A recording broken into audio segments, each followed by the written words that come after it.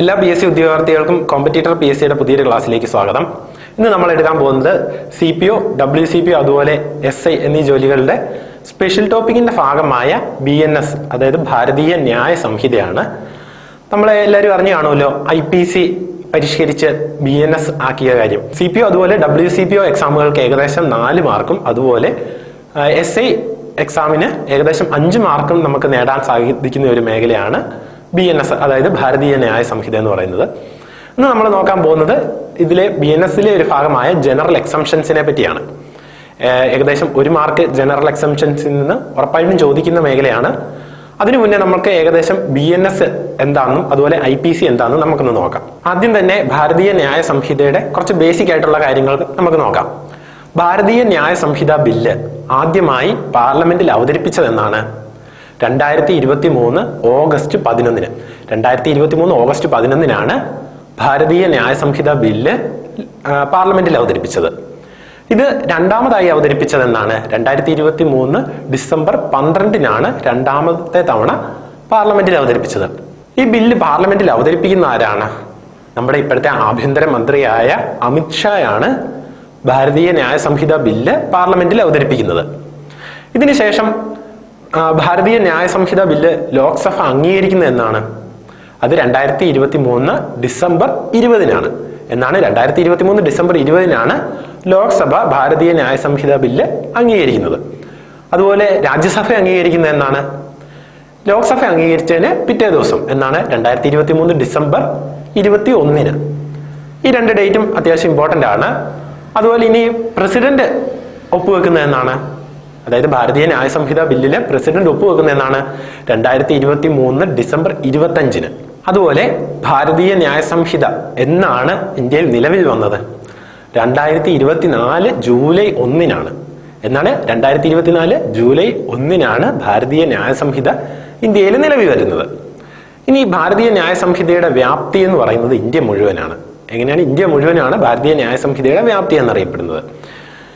ഇനി ഇതിൻ്റെ അകത്ത് ഏകദേശം ലോക്സഭ പാസ്സാക്കിയത് അതുപോലെ രാജ്യസഭ പാസ്സാക്കിയത്, പ്രസിഡന്റ് ഒപ്പുവെച്ചത്, അതുപോലെ നിലവിൽ വന്നത്. ഈ നിലവിൽ വന്ന ഡേറ്റ് ഇപ്പം തന്നെ PSC 2-3 എക്സാമുകൾക്കൊക്കെ ചോദിച്ചിട്ടുണ്ട്. ഈ ഡേറ്റുകളൊക്കെ ഇമ്പോർട്ടന്റ് ആണ്, അത് നോക്കിയിരിക്കണം. ഇനി നമുക്ക് IPCനെ കുറിച്ച് നോക്കാം. IPC എന്ന് പറയുന്നത് ബ്രിട്ടീഷ് ഇന്ത്യയിൽ നിലവിൽ വന്ന ഒരു നിയമമായിരുന്നു അല്ലേ? അത് ക്രോഡീകരിച്ചാണ് നമ്മളിപ്പോൾ BNS പുറത്തു വന്നത്.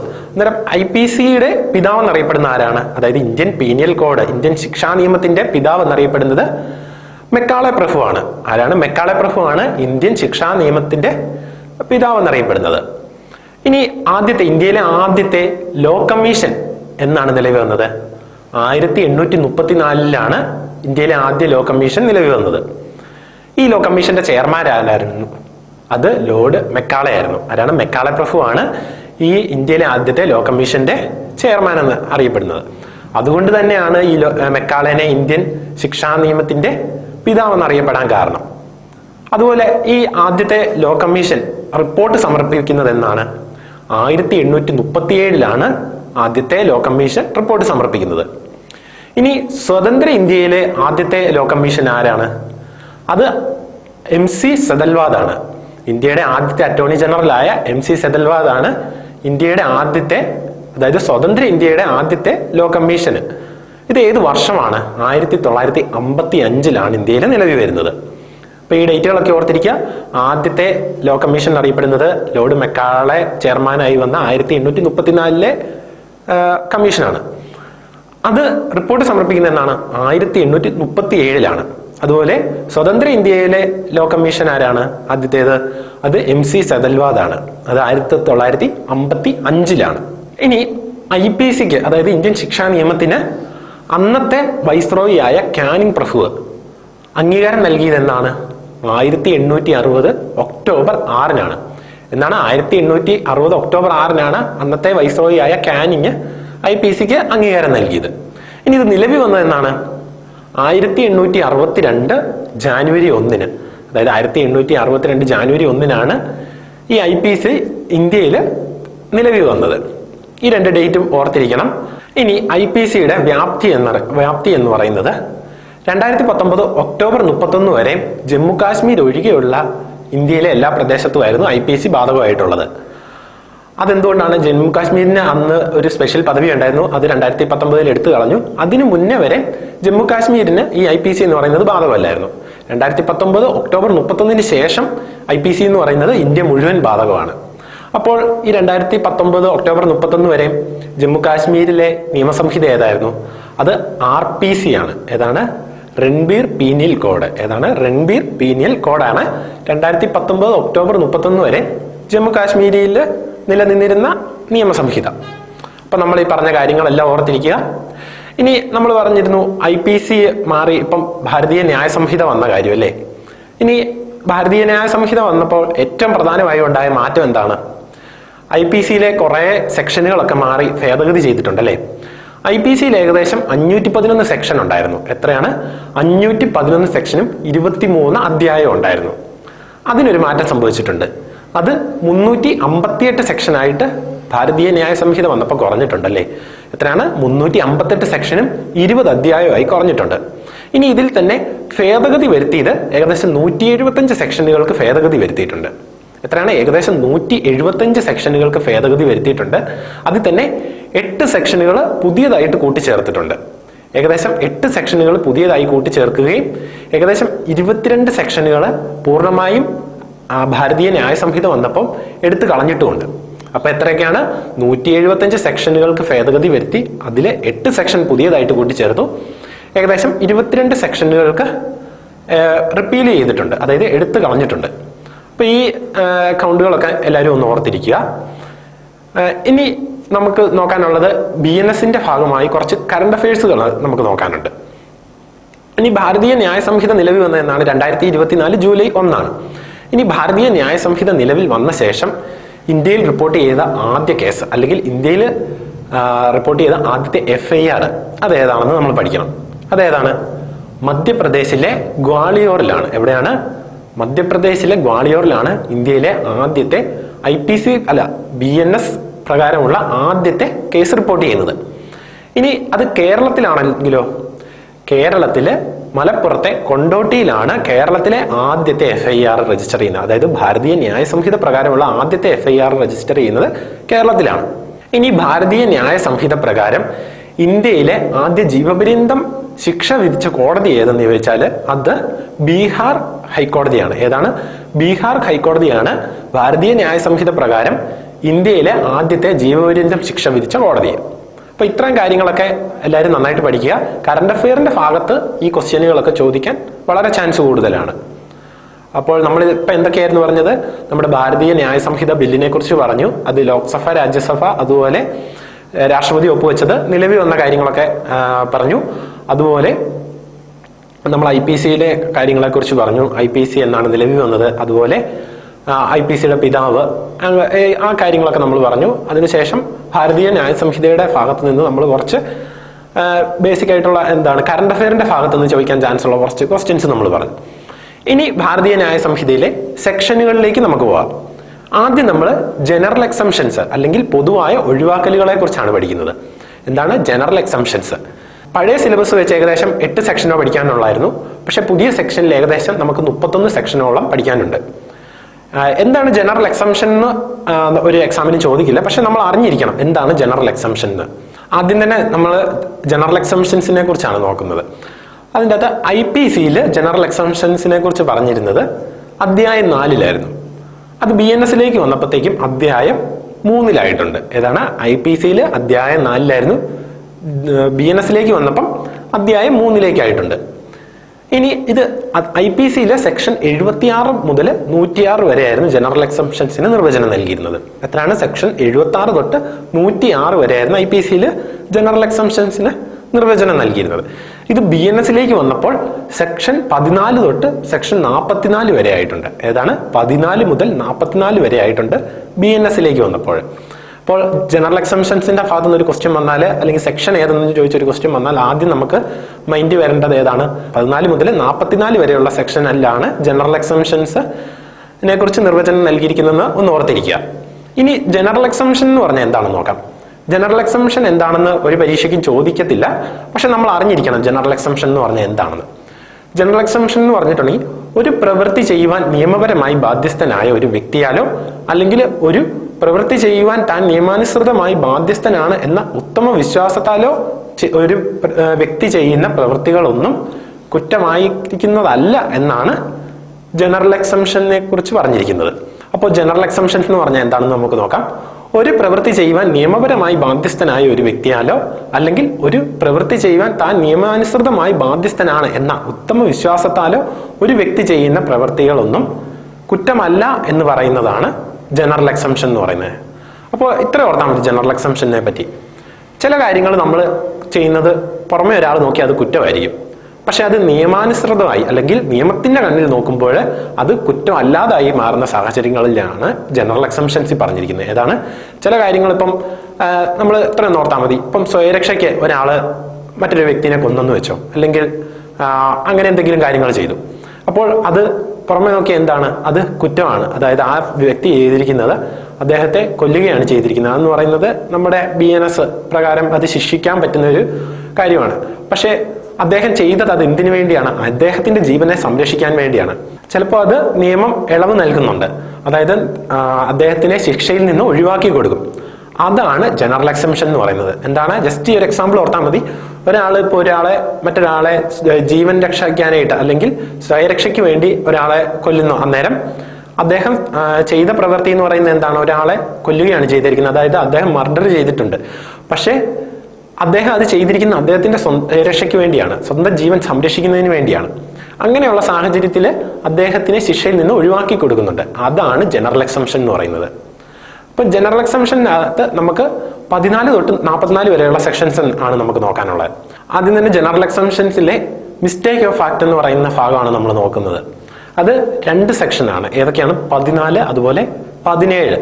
ഈ 2 സെക്ഷനാണ് മിസ്റ്റേക്ക് ഓഫ് ഫാക്ടിനെ പറ്റി പറയുന്നത്. അപ്പോൾ നമ്മൾ ഇത് രണ്ടും തമ്മിൽ കണക്ട് ചെയ്ത് പഠിക്കുന്നതായിരിക്കും ഏറ്റവും എളുപ്പം. ആദ്യം നമുക്ക് 14 നോക്കാം. 14 എന്ന് പറയുന്നത് IPCയിലെ ഏത് സെക്ഷൻ ആയിരുന്നു? IPCയിൽ ഇത് 76ാമത്തെ സെക്ഷനിലായിരുന്നു. അത് BNSലേക്ക് വന്നപ്പം 14ാമത്തെ സെക്ഷൻ ആയിട്ടുണ്ട്. ആദ്യം തന്നെ നമുക്ക് 14ാമത്തെ സെക്ഷൻ എന്നാന്ന് നോക്കാം. Act done by a person bounded or by mistake of fact believing himself bounded by law. അതായത് നിയമപരമായി ഒരു പ്രവൃത്തി ചെയ്യാൻ ബാധ്യസ്ഥനായ ഒരു വ്യക്തിയാലോ അല്ലെങ്കിൽ ഒരു മിസ്റ്റേക്ക് മൂലം ഒരു പ്രവൃത്തി സംഭവിക്കുമ്പോഴോ, ഈ 2 കാരണത്താലാണ് ഒരു കാര്യം ചെയ്യുന്നതെങ്കിൽ അത് സെക്ഷൻ 14 വരും. എന്താണ്? ഇത്ര ഓർത്താൽ മതി. നമ്മളെ നിയമം ഏൽപ്പിച്ച ഒരു കാര്യം നമ്മൾ ചെയ്യുമ്പോൾ അത് മിസ്റ്റേക്ക് ആകുന്നില്ല. അതുപോലെ തന്നെ ഒരു മിസ്റ്റേക്ക് മൂലം നമ്മൾ ഒരാളെ അറസ്റ്റ് ചെയ്യുകയൊക്കെ ചെയ്യുമെന്ന് വെച്ചോ, അതായത് ആള് മാറി അറസ്റ്റ് ചെയ്യുന്നു, അങ്ങനെയുള്ള കാര്യങ്ങൾ വരുമ്പോഴും അത് 14 പ്രകാരം നമുക്ക് ശിക്ഷ ലഭിക്കത്തില്ല. ഇനി ഇതിന് ബെയർ ആക്ട് 2 ഇല്ലുസ്ട്രേഷൻസ് തന്നിട്ടുണ്ട്, അത് നമുക്ക് നോക്കാം. അന്നേരത്തേക്ക് നിങ്ങൾക്ക് ഏകദേശം ഈ സെക്ഷൻ ക്ലിയർ ആയിക്കോളും. ആദ്യത്തെ എന്ന് പറയുന്നത് A എന്ന് പറയുന്ന സോൾജിയർ, അദ്ദേഹത്തിന്റെ സുപ്പീരിയർ ഓഫീസറിന്റെ ആജ്ഞപ്രകാരം ഒരു ആളെ വെടിവെക്കുകയാണ്, അല്ലെങ്കിൽ ഒരു ഭീകരനെ വെടിവെക്കുകയാണ്. അതുമൂലം അദ്ദേഹം മരിച്ചു പോവുകയാണ്. അപ്പോൾ നമ്മുടെ ഈ A ചെയ്തിരിക്കുന്ന എന്താണ്? കൊലപാതകമാണ്. പക്ഷെ എന്താണ്?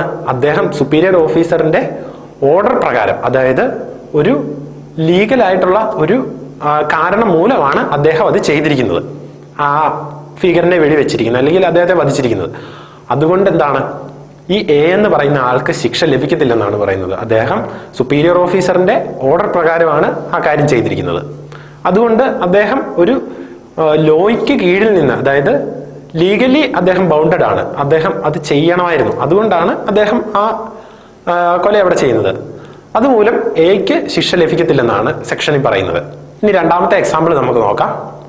നമുക്ക് A എന്ന് പറയുന്ന ഒരു ഓഫീസർ അല്ലെങ്കിൽ ഒരു പോലീസ് ഉദ്യോഗസ്ഥനെ Y എന്ന് പറയുന്ന ഒരാളെ അറസ്റ്റ് ചെയ്യാനായിട്ട് അല്ലെങ്കിൽ ഒരു കുറ്റക്കാരനെ അറസ്റ്റ് ചെയ്യാനായിട്ട് ഒരു കോടതിയിൽ നിന്ന് ഒരു ഓർഡർ കിട്ടുകയാണ്.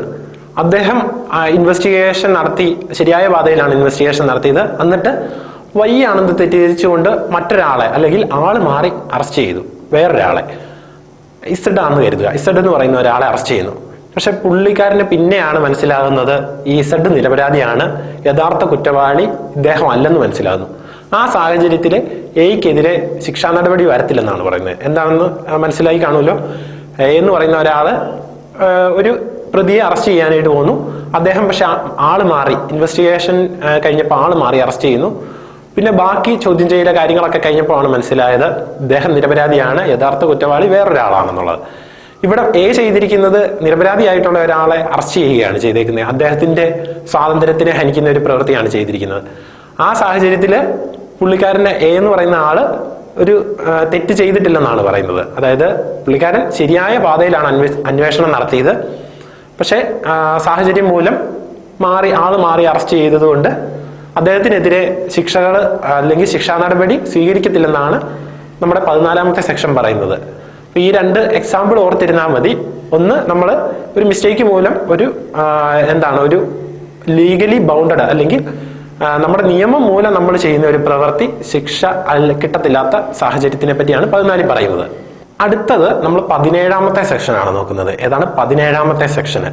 ഇത് IPCയിലെ 79ാമത്തെ സെക്ഷനിൽ കിടന്ന കാര്യമാണ് BNSലേക്ക് വന്നപ്പം 17ാമത്തെ സെക്ഷനിലേക്ക് വന്നത്.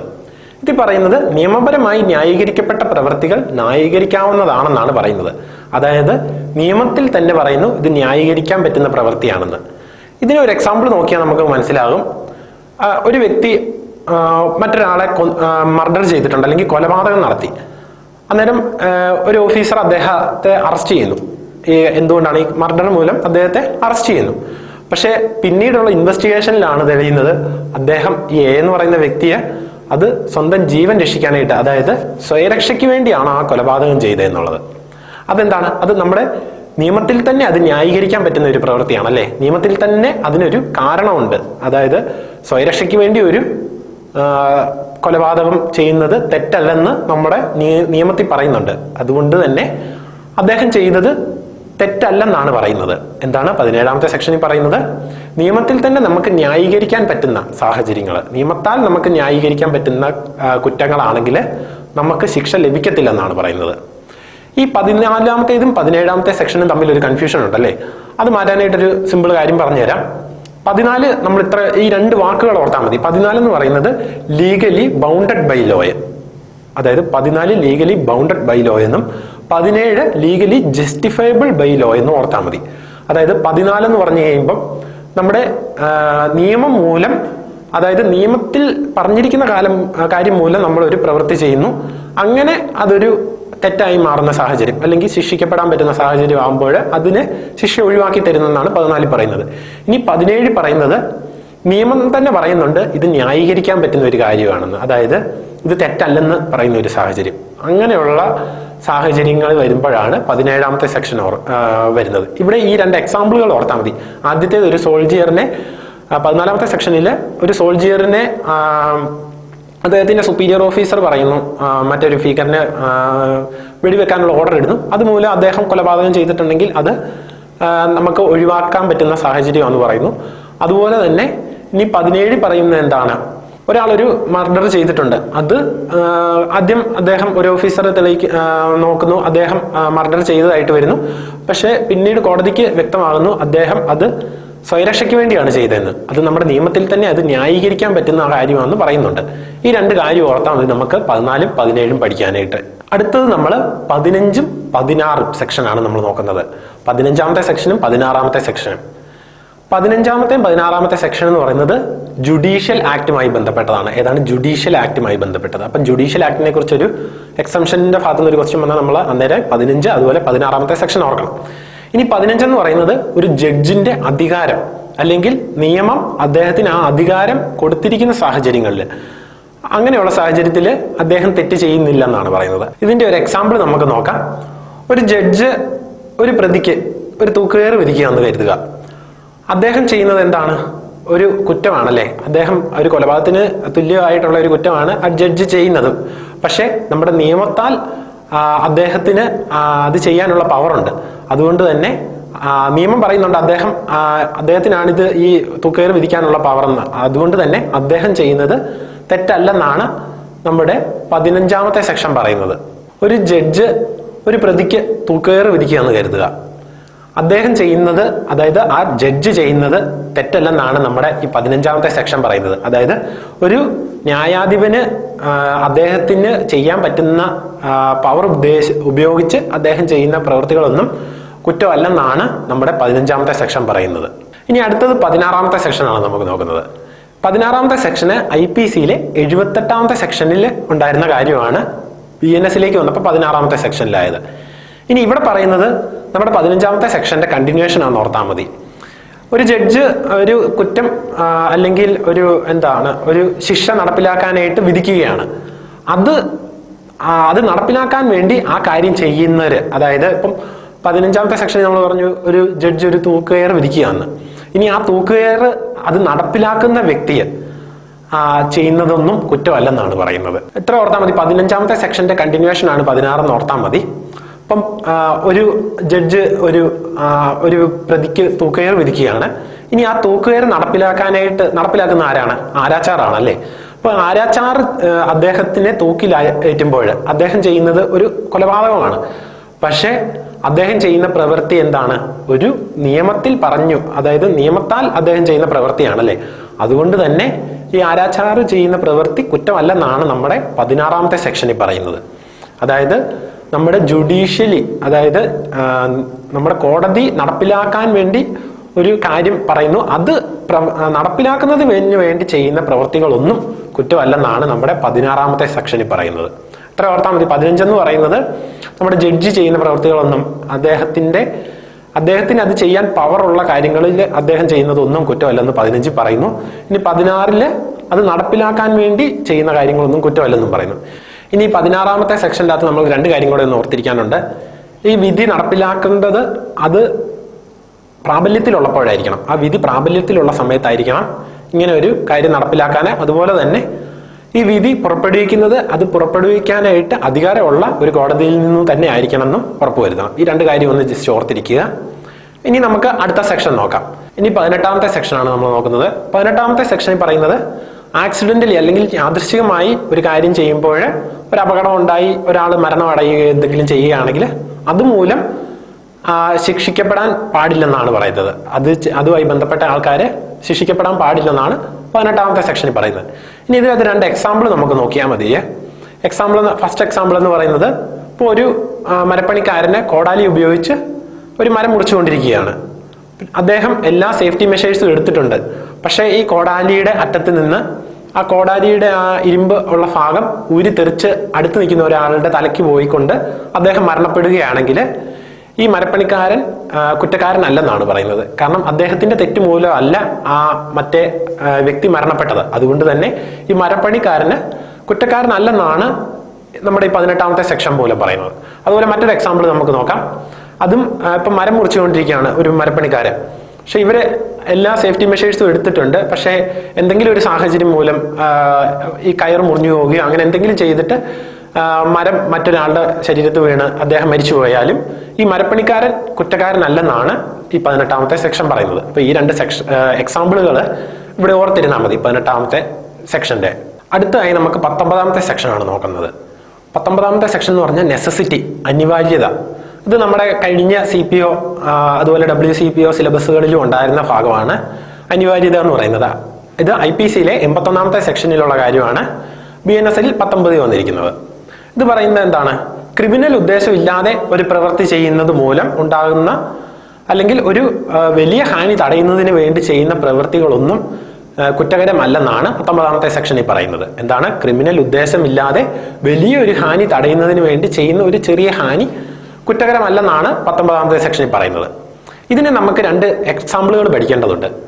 ഒന്നെന്ന് പറയുന്നത്, ഒരു വലിയ തീപിടുത്തം നടന്നുകൊണ്ടിരിക്കുകയാണ്. അപ്പോൾ വീടുകൾ ഇങ്ങനെ കത്തി നശിച്ചു പൊക്കൊണ്ടിരിക്കുകയാണ്. അന്നേരം ഇത് തടയുന്നതിന് വേണ്ടി ഒരു വ്യക്തി ഇതിന്റെ ഇടയ്ക്കുള്ള ഒരു വീട് പൊളിച്ചു കളയുന്നു. അതായത് ഈ തീയുടെ കണ്ടിന്യൂറ്റി നഷ്ടപ്പെടുന്നതിന് വേണ്ടി ഇടയ്ക്കുള്ള ഒരു വീട് പൊളിച്ചിടുന്നു. അതുമൂലം ചെയ്യുന്നത് എന്താണ്? ആ ഒരു വീട് പൊളിച്ച് ഇട്ടുന്നു. ആ പൊളിക്കുന്നത് മൂലം അദ്ദേഹം ചെയ്യുന്ന അതൊരു കുറ്റമാണ്. പക്ഷേ ഈ വലിയൊരു ഹാനി, അതായത് ഈ തീപിടുത്തം തടയുന്നതിന് വേണ്ടിയാണല്ലേ അദ്ദേഹം അത് ചെയ്തത്. അതുകൊണ്ട് തന്നെ ഈ എന്ന് പറയുന്ന ആൾ കുറ്റം ചെയ്തിട്ടില്ലെന്നാണ് പറയുന്നത്. അദ്ദേഹത്തിനെതിരെ നമുക്ക് നടപടിയെടുക്കാൻ പറ്റില്ലെന്നാണ് 19ാമത്തെ സെക്ഷൻ പറയുന്നത്. അതുപോലെ തന്നെ മറ്റൊരു എക്സാമ്പിൾ എന്ന് പറയുന്നത്, ഒരു ബോട്ട് സർവീസ് നടക്കുകയാണ്. ഇപ്പം കടലിൽ കൂടെ ഒരു ബോട്ട് ഓടിക്കൊണ്ടിരിക്കുകയാണ്. അപ്പം ഇതിന്റെ ബ്രേക്ക് നഷ്ടപ്പെടുന്നു അല്ലെങ്കിൽ എഞ്ചിൻ എന്തെങ്കിലും തകരാറ് വരുന്നു, ഇത് നിർത്താൻ പറ്റുന്നില്ല. അപ്പോൾ ഇതിന്റെ മുന്നിലായിട്ട് 2 ബോട്ടുകൾ വരുന്നു. ഒരെണ്ണത്തിൽ ഒരു 2 വ്യക്തികളേ ഉള്ളൂ, മറ്റേതിൽ ഒരു 30 പേരുണ്ട്. അപ്പോൾ ഈ 30 പേരുള്ള ബോട്ടിൽ ഇടിക്കാതിരിക്കുന്നതിന് വേണ്ടി വെട്ടിച്ച് നമ്മൾ മറ്റേ 2 പേരുള്ള ബോട്ടിൽ ഇടിപ്പിക്കുന്നു. അങ്ങനെ ആ 2 പേര് മരിച്ചിട്ടുണ്ടെങ്കിൽ ഈ ബോട്ട് ഓടിച്ച ക്യാപ്റ്റൻ ചെയ്യുന്നത് അത് തെറ്റല്ലെന്നാണ് പറയുന്നത്. കാരണം എന്താണ്, അദ്ദേഹം ആ 30 പേര് ഇടിച്ചിരുന്നെങ്കിൽ അത് വലിയൊരു ആപത്തായിരുന്നേനെ അല്ലേ. അതായത് 30 പേര് മരണപ്പെടാൻ ചാൻസ് ഉണ്ട്. അതുകൊണ്ട് തന്നെ അദ്ദേഹം അത് കുറയ്ക്കുന്നതിന് വേണ്ടി ആ ചെറിയ ബോട്ടിലേക്ക് ഇടിപ്പിക്കുകയാണ് ചെയ്യുന്നത്. അങ്ങനെയുള്ള സാഹചര്യത്തിൽ അദ്ദേഹത്തിനെതിരെ നമുക്ക് കേസ് എടുക്കാൻ പറ്റത്തില്ലെന്നാണ് 19ാമത്തെ സെക്ഷൻ പറയുന്നത്. അപ്പോൾ 19ാമത്തെ സെക്ഷനിൽ നമുക്ക് ഈ 2 എക്സാമ്പിൾ പഠിച്ചാൽ മതി. ഇപ്പം 19 എന്ന് പറയുന്നത് എന്താണ്, നെസസിറ്റി, അനിവാര്യത.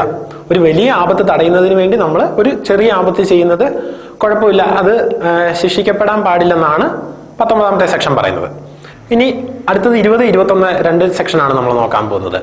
ഇൻഫൻസിയെ കുറിച്ച് പറയുന്ന സെക്ഷനുകളാണ് 20 അതുപോലെ 21 എന്ന് പറയുന്നത്. 20 എന്ന് പറയുന്നത് എന്താണെന്ന് നോക്കാം.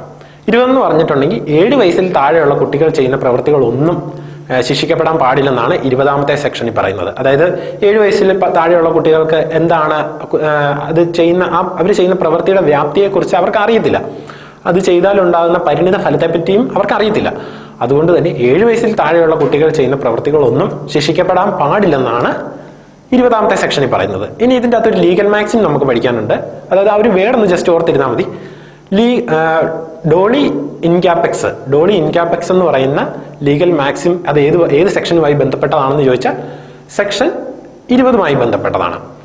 അതായത് 7 വയസ്സിൽ താഴെയുള്ള കുട്ടികൾ ചെയ്യുന്ന പ്രവൃത്തി ഒന്നും തന്നെ ശിക്ഷിക്കപ്പെടാൻ പാടില്ലെന്നാണ് പറയുന്നത്.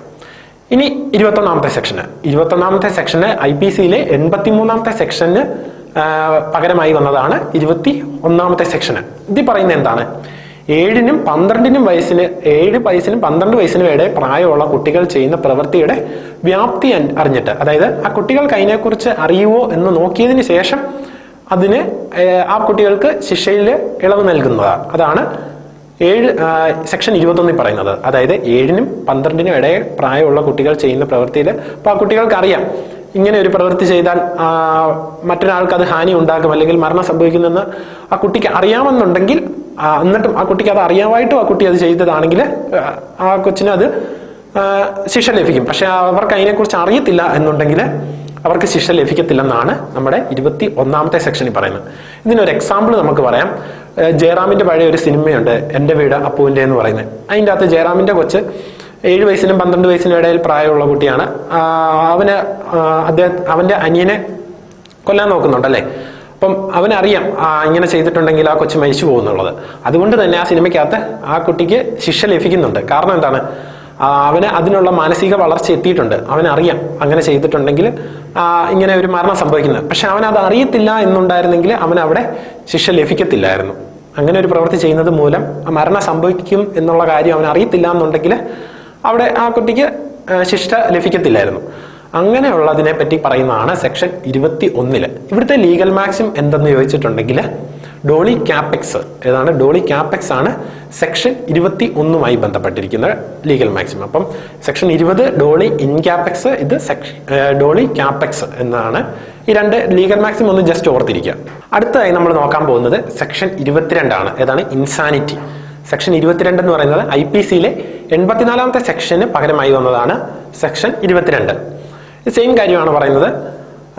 എന്താണ്, ഇപ്പം അൺസൗണ്ടഡ് ആയിട്ട് മൈൻഡുള്ള ഒരാൾ, അതായത് ചിത്തഭ്രമം ബാധിച്ച ഒരു വ്യക്തി ചെയ്യുന്നത്, അങ്ങനെയുള്ള പ്രവൃത്തികളൊന്നും തന്നെ ശിക്ഷിക്കപ്പെടാൻ പാടില്ലെന്നാണ് പറയുന്നത്. അതായത് ഇപ്പം വട്ടുള്ള ഒരു വ്യക്തി അദ്ദേഹം അതുമൂലം ഒരാളെ ഇപ്പം കൊല്ലുകയോ അങ്ങനെ മർദ്ദിക്കുകയോ അങ്ങനെ എന്തെങ്കിലും ചെയ്തിട്ടുണ്ടെങ്കിൽ അദ്ദേഹം ചെയ്യുന്ന പ്രവൃത്തിയൊന്നും ശിക്ഷിക്കപ്പെടാൻ പാടില്ലെന്നാണ് പറയുന്നത്. കാരണം എന്താണ്, അദ്ദേഹത്തിന് അറിയത്തില്ല അദ്ദേഹം ചെയ്യുന്നത് എന്തെന്നുള്ള കാര്യം.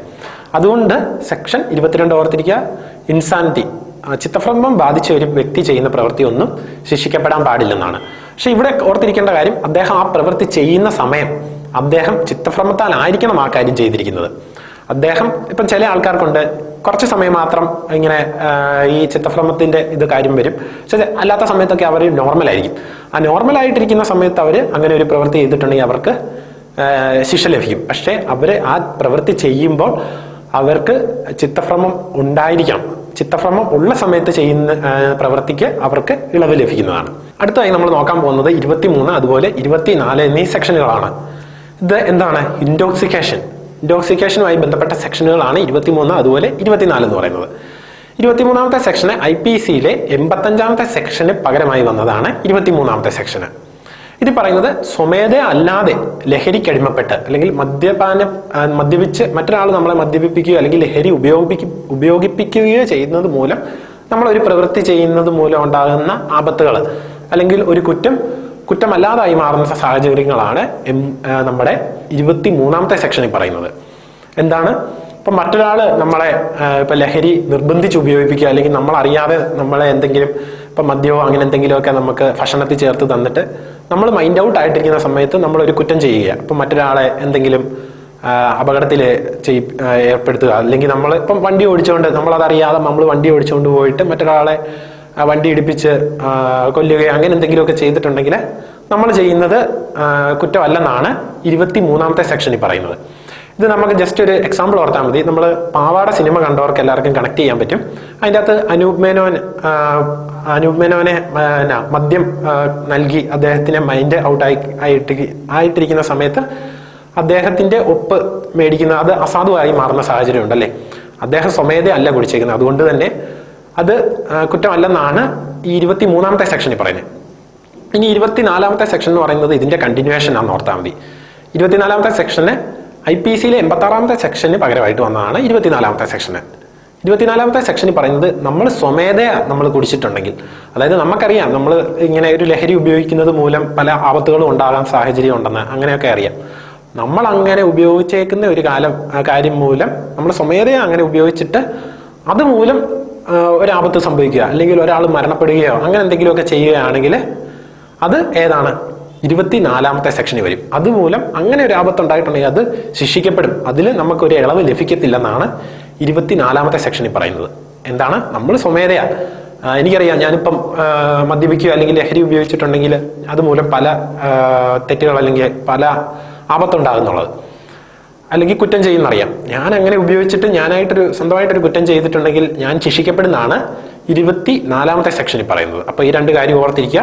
23ാമത്തെ സെക്ഷനിൽ പറയുന്നത് നമ്മുടെ അറിവില്ലായ്മ മൂലം അല്ലെങ്കിൽ അങ്ങനെ ഒരാൾ നമുക്ക് ലഹരി തന്നിട്ട് അതുമൂലം ചെയ്യുന്ന പ്രവൃത്തി കുറ്റമല്ലെന്നാണ് 23ാമത്തെ സെക്ഷനിൽ പറയുന്നത്. അപ്പോൾ അതിന് നേരെ ഓപ്പോസിറ്റ് ആണ് 24ാമത്തെ സെക്ഷന്. നമ്മൾ അറിഞ്ഞുകൊണ്ട് അല്ലെങ്കിൽ നമുക്കറിയാം അങ്ങനെ നമ്മൾ ചെയ്യുന്ന ഒരു പ്രവൃത്തിയാണെങ്കിൽ 24ാമത്തെ സെക്ഷനിലും വരും. അപ്പോൾ നമ്മൾ ഇന്ന് എന്തൊക്കെയാണ് പഠിച്ചത്? നമ്മൾ ആദ്യം തന്നെ BNSന്റെ കുറച്ച് അടിസ്ഥാന വിവരങ്ങൾ പഠിച്ചു. അതുപോലെ IPCയെ പറ്റി കുറച്ച് അടിസ്ഥാന വിവരങ്ങൾ പഠിച്ചു. അതുപോലെ അത് കഴിഞ്ഞിട്ട് നമ്മൾ ജനറൽ എക്സംഷൻ എന്ന ഭാഗം അല്ലേ, ജനറൽ എക്സംഷൻ എന്ന ഭാഗം ഉറപ്പായിട്ടും ഒരു ക്വസ്റ്റിനെ ജനറൽ എക്സംഷനിൽ നിന്ന് വരും. അതിൻ്റെ അകത്ത് ഏകദേശം പകുതിയോളം നമ്മൾ പഠിച്ചു തീർത്തിന്ന് 14ാമത്തെ സെക്ഷൻ മുതൽ നമ്മൾ 24ാമത്തെ സെക്ഷൻ വരെ ഇന്ന് പഠിച്ചിട്ടുണ്ട്. അപ്പോൾ ഈ പഠിച്ച കാര്യങ്ങളെല്ലാം റിവൈസ് ചെയ്ത് നന്നായിട്ട് പഠിച്ചെടുക്കുക. ഉറപ്പായിട്ട് നമുക്കൊരു മാർക്ക് സിമ്പിളായിട്ട് സ്കോർ ചെയ്യാൻ പറ്റുന്ന ഒരു മേഖലയാണ് ജനറൽ എക്സംഷന്. അപ്പം ബാക്കി സെക്ഷനുകൾ നമുക്ക് അടുത്ത ക്ലാസ്സിൽ പഠിക്കാം. അതുവരെ എല്ലാവർക്കും താങ്ക് യു.